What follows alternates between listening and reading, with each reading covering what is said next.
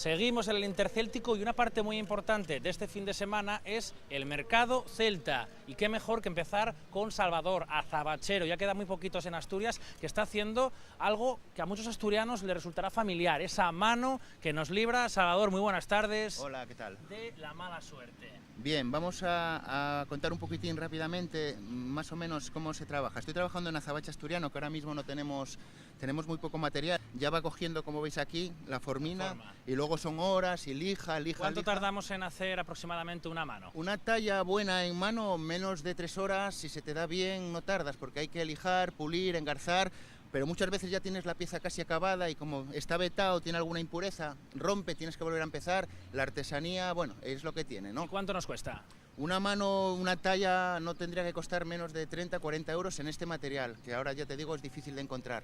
Pero bueno, ahora las venden de imitación y de tal, que las están vendiendo, comercializando por 15-20 euros, pero una talla de asturiano, menos de una talla bonita, 50 y de ahí para arriba, porque el azabache es realmente escaso y realmente caro.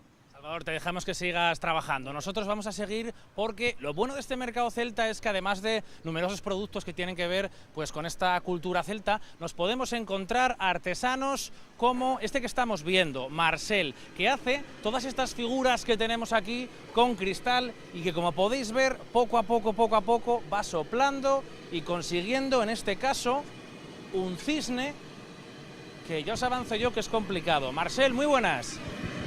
¿Es complicado esto de trabajar con el cristal? Bueno, según para quién, según para el que sabe, no.